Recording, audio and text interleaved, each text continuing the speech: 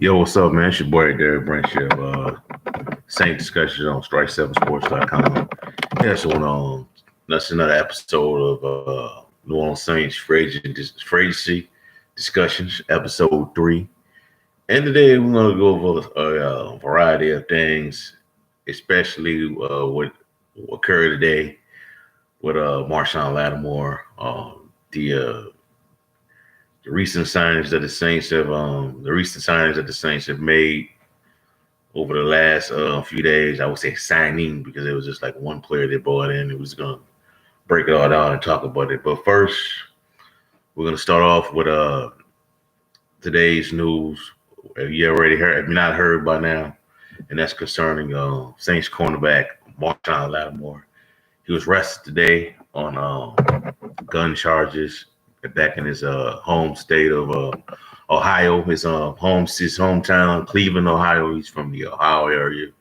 Played football at Ohio State University, and I got a story like around, I would say, I think it was 10 o'clock, I believe. I got a notification from NOLA.com, the advocate, whoever you want to call it, and they was talking about, I got a notification from my phone that Marshon Lattimore was arrested. Like, oh, man. I'm like, for what? And then the first came out as all the facts came before everything came down. It's like it came in spurts. All the facts and information came in spurts. At first, he got arrested for a stolen property, stolen item. And then more facts came down. He got arrested for having a weapon. Now it was a stolen weapon, and he didn't notify anybody, and he didn't have a failure to carry. It's some Ohio laws. But I'm gonna go over the article from Saints Wire, SaintsWire.USA.com, USAtoday.com, and talks all about what occurred today with Marshon Lattimore. Court records show Marshon Lattimore charged with 4th-degree felony. All right, give me a second.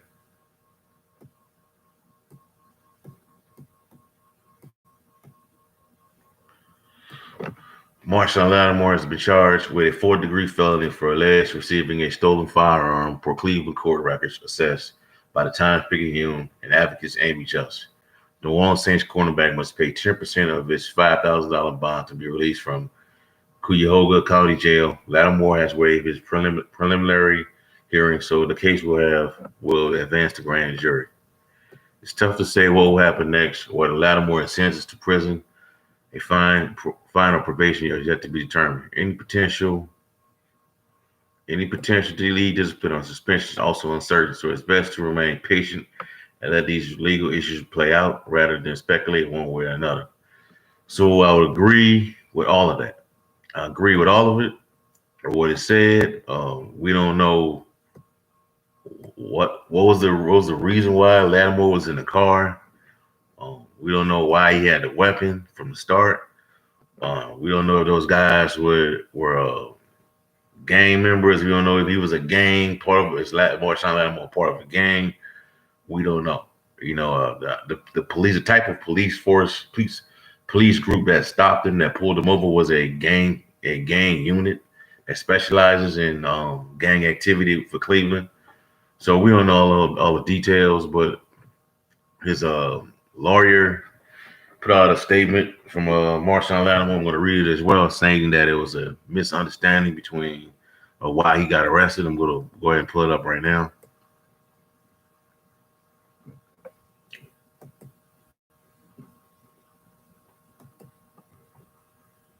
Marshon Lattimore cooperating with police. Attorneys calls arrest a misunderstanding. The situation surrounding New Orleans Saints cornerback Marshon Lattimore's arrest in Cleveland late Thursday evening continues to develop. Lattimore's attorney Marcus Sadati issued a statement to Cleveland.com's Adam Faris that said, Mr. Lattimore, a proud Cleveland native with no prior criminal record or history, is fully cooperating with law enforcement's investigation of this matter. He was a passenger in a vehicle that was stopped by the police and was arrested without incident. It was not formally charged. We believe that this was a misunderstanding and that will becoming even clearer as new information becomes available and is shared with the authorities. Lattimore is accused of not telling police officers on the scene that he had a gun, with additional issues arising.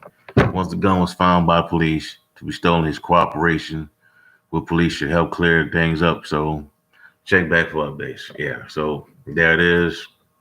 That's a moral of the story right there. So we got Chad here. We got great education. His career is done now. I wouldn't say that. I wouldn't say that at all. I wouldn't say his career is done. We gotta let everything play out before we throw him away and say his career is over. But that's your opinion, though. But we just gotta let this thing play out, man. It's a bad timing for it to happen. Do that. Given the fact that he's playing for a contract for this year, for the future of the team, playing with the team is a top corner with the Saints. The Saints already don't have another solid corner on opposite side of him, and Jack Rabbit's gone. PJ Williams, he's serviceable, but that ain't what we want to see. Line up on side of Lattimore on Sundays. But I don't know why he had the weapon. Don't know what he was gonna do with it. It was a loaded weapon, I heard. We just gotta let things play out, man. We guys gotta hit up the full story, man. But hopefully, this thing it clears out. It clears out. He learns from this and he moves on. But this is a bad move right now. And I don't know what the league suspension is gonna be. I don't know what they're gonna do with that. What the league gonna do with that issue. Don't know how they're gonna see it, how they're gonna view it. So we'll see how it goes from there. But other than that, the Saints did pick up another free agent. Pick up a free agent this week. Last week it was the fullback, and now this week is Nick Vannett, a tight end from played with the Denver Broncos. I haven't seen too much of him in the past. First time ever hearing about him. So I'm gonna go ahead and pull up his information. I think he was signed on I believe it was Tuesday or Wednesday. Let me pull it up real quick.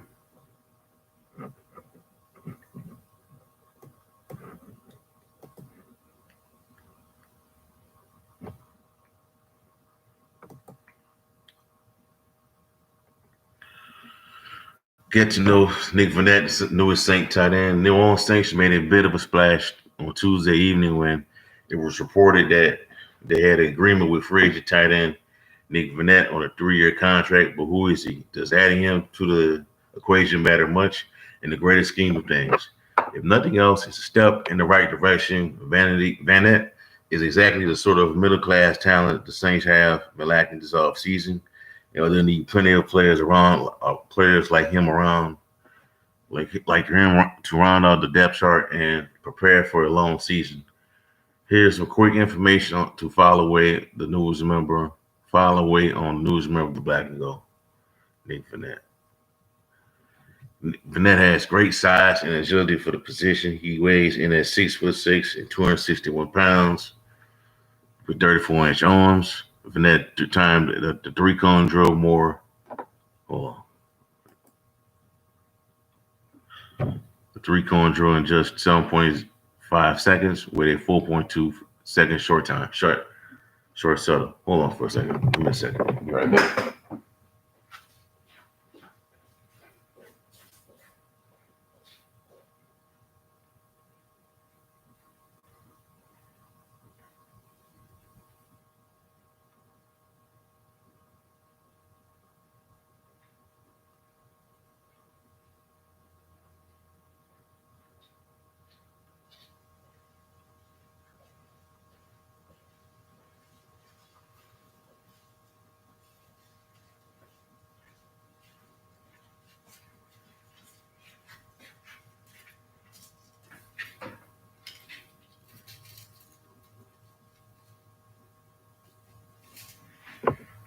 All right, I'm back. Come back. All right, number two. Fact number two about Vannett. Vannett appeared at 37 games with Ohio State. So there it is. I didn't know he was a Ohio State guy until today. I heard on the radio with Mike Detillier and Pat Moscona, but he's from Ohio State, and the Saints like to draft Ohio State players, so we know how that goes. But I'm gonna continue to read on the story on Vannett. He never caught more than 19 passes in a single season, but Vannett got highly valued minutes with the Buckeyes offense as a freshman in 2012. Man, that's a while back.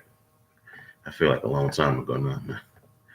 Vannett was third round draft pick in 2016. The Seahawks selected him with the 94th overall pick between the Saints pick of Von Bell at 61 and David Yamada. Man, that was a good draft right there, 2016 for the most part. He was traded to the Steelers, and he was traded to the Steelers in 2019. Desperate for an upgrade, Pittsburgh swapped a fifth-round draft pick outright for Vannett after playing against him in Week 2. In a Week 2 game with the Seahawks, who faced the Saints and Teddy Bridgewater first started a week later. All right. Still, he's a blocker first and foremost. Vannett has only caught 75 passes in his 70-game NFL career, with just 35 touchdown first down conversions. Expect him to audition as the next Josh Hill. So basically, that is the Saints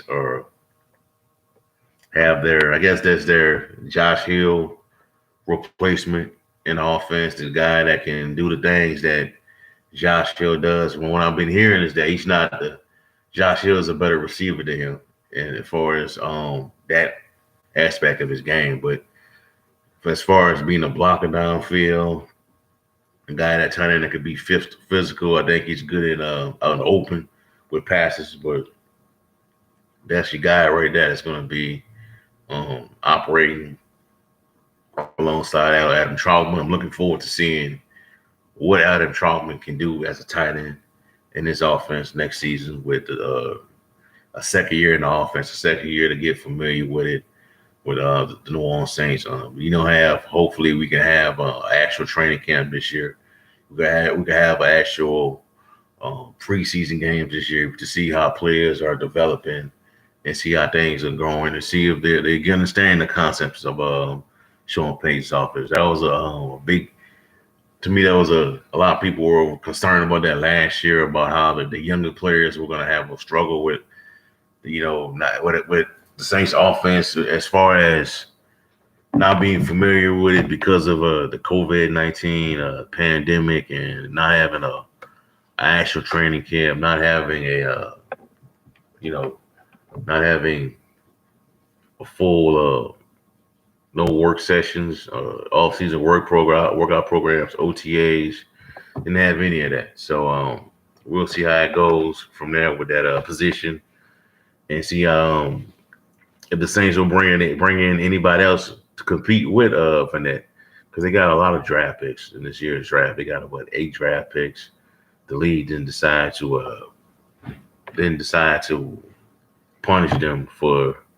They did punish them, but they didn't punish them like I thought they were going to punish them with those draft picks. I thought they were going to, take one of those comp picks or, from this year, but they didn't.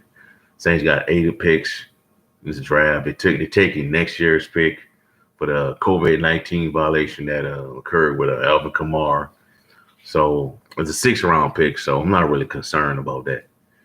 But we got a lot of picks this year, 8 picks, I believe, and I'm looking forward to seeing what they do with all these picks. But overall, man, they still need a cornerback, man. This is before the Marshon Lattimore incident. What was going on with that? They need another cornerback to line up opposite of him, and it may be that to the point to where they're gonna have to go out and get a veteran. I don't know if they're gonna. There's probably some gems that they could probably find in those later rounds of the draft. That's not in those. I think they're like 4 corners that could be gone within the top 20 of this year's draft. I've been hearing that J.C. Horn, who's the son of former New Orleans Saints great Joe Horn, had a great pro day. I got to check it out from what I'm hearing. He ran pretty fast at his pro day. The other the corner, they got 4 of them in the draft. Sonny Sammy Jr., Patrick Surtain, uh, son is in the draft, gonna get drafted. And the guy, Northwestern, I can't think of his name right now, but he has projected to go ahead of we won't fall down to the Saints as well. So all those corners may be gone by the time the Saints get ready to pick at 28. And if the Saints really want one of those guys, they're gonna have to go up and get them. But I mean, I heard about this. There's a corner that they brought in for a visit. His name is T.J. Carrie from the Indianapolis Colts. I'm gonna read up on it real quick. Just give me a second. Smash that like button if you can, please.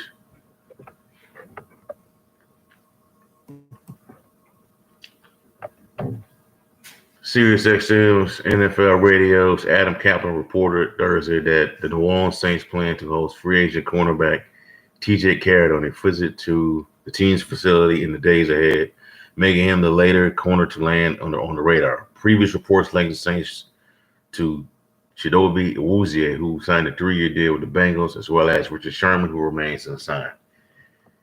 He's an interesting prospect, according to New Orleans.football's Nick Underhill, identified Carrie as someone who could help the Saints check off an item from their to-do list. Adding Carrie as a low-cost free agent will give them a possible starter opposite of Marshon Lattimore, while letting them remain flexible on draft day.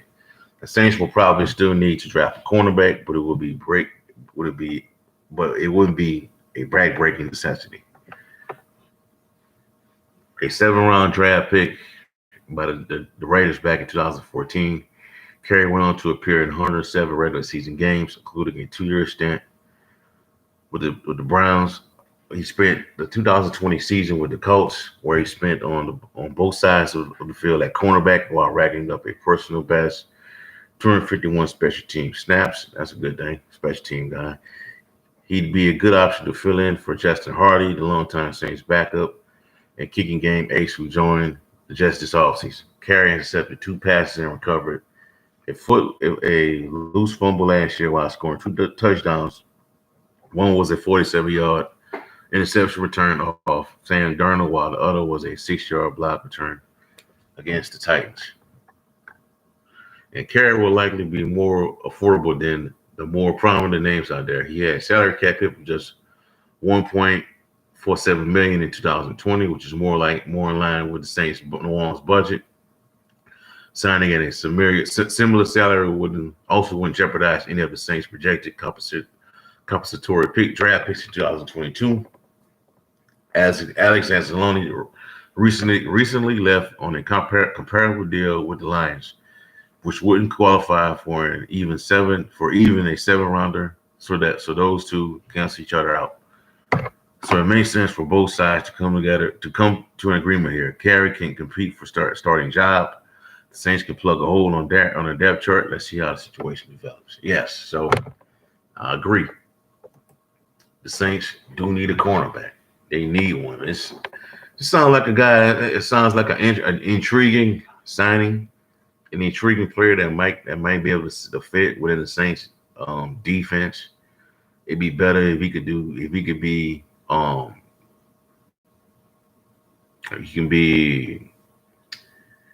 competent in both phases of the game, such as on the special team side of the house and on defense. That would be great. That would be great for the Saints. It would be a great move for depth on the team. He could probably fill in a starting role if he's that good. Maybe he could, don't know what's going to happen with Lattimore and all, but maybe he can fill in for Lattimore while he handles that situation. It'd be great, but I still think they're gonna need to draft a cornerback. Richard Sherman, whole Richard Sherman thing. I'm not really the biggest fan of that idea, but I think that's more about price right there, price range and all. But maybe if they don't pursue Richard Sherman, maybe this could be the more affordable signing for the Saints. It's a guy cap hit on $1.47 million. That's more in line with what the Saints want to do right now. And those drafts are going to be important, man. I think they still should be able to find a hidden gem with those cornerbacks in this year's draft. They might not be the top four. They're not the top four that we talked about in the first round, but they might be able to find something in this draft. But it's the Saints. They got to get things situated. Get things back on track, man. This is Marshon Lattimore situation. I'm not gonna really get far too deep into it without having all the full facts of what's going on. I think it's not good to judge him on without being proven innocent or guilty, in a court of public opinion, So I don't know what happened with that situation. Well, hopefully there's a peaceful resolution to come forward and come from it, and Lattimore can grow from this going forward as a person. This team is going through a transition. We lost a lot of good players from free agency. We lost over the past 2 weeks, we've lost Emmanuel Sanders, Janoris Jenkins, Malcolm Brown, Justin Hardy. That's like 4 players right there. 5 Sheldon Rankins. That's 5 players right there, man. 5 good players right there we lost right there. So we gotta address those positions, those losses, and the picks. I'm glad that we got the picks in the draft that we can find hidden gems in these in the draft. Find undrafted players that can fill those spots. We did it last year with I think Malcolm Roach wasn't a draft player. He was undrafted, and he came in and contributed. He didn't. I mean, he wasn't he didn't blow it. He didn't set the world on fire, but he got a starting job in the rotation. So that helps. And the Saints are being real quiet right now in free agency. They're being real quiet in regards to what they want to do as a football team. They're not really making a whole lot of moves. They haven't really came out and said anything about the Marshon Lattimore situation. But expect something in the next 2 to 3 days. We're going into the weekend, so I don't think we're going to hear nothing tomorrow, most likely, or Sunday. Something will probably pop up on Monday, and we'll hear what the Saints, how the Saints plan on handling that situation. But as for, man, we lost some players, man. They got some holes that they got to fill in this defense, man. I think that everybody on offense is going to be okay. We got Albert Kamara coming back. We got Traquan Smith. We got Marquez Callaway coming back. Deontay Harris, I'm looking forward to seeing what he can do as a player in the offense. The Sean Payton's actual offense. Now that Drew Brees is not in there, and not in the game, not no longer playing with the Saints anymore. We can see a quarterback that can get the ball downfield. The passing game that we all come to know back in the earlier days of the Sean Payton era. We can finally see that again with this offense. I'm looking forward to seeing what Adam Troutman can do as a tight end in this offense. How can he do better than what Jared Cook was able to produce in his offense? Jared Cook, despite the 2 fumbles that occurred in his the fumble that occurred in the division round against Tampa Bay, he had a solid good 2 seasons with the Saints. Did pretty good. Did pretty well putting up the numbers. So we'll have to see how that goes. But other than that, man, that's just the Saints, man. You just gotta be patient. Watch what they do.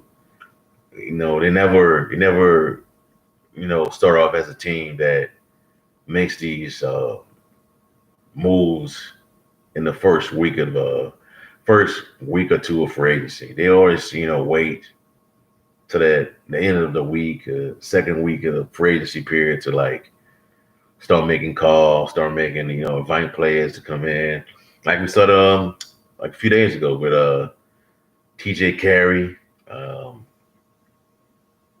See how get him an invite to the facility to visit, come down and see if he's interested in signing with the Saints. Sign Nick Vannett. I know people look at on the outside, look at these moves, and they're like, why? They don't understand these moves. But when the season starts off and you see the contributions these type of players put into the team, you're like, okay, this is why we signed this guy. This is why we signed this player. You know, Saints never, even with the main signing to me, that was no splash hire, no splash signing, no splash phrasing signing to me.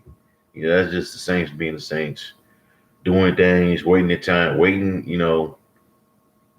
a few days or two to see what the free agency market look like, and then they make their moves. But anyway, man,